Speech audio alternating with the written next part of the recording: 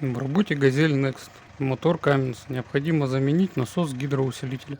Снимаю воздушный фильтр и подводящий пайп к турбине. Скидываю шланг подачи масла и сливаю остатки. Ослабляю шкив, откручиваю трубку высокого давления и снимаю шкив.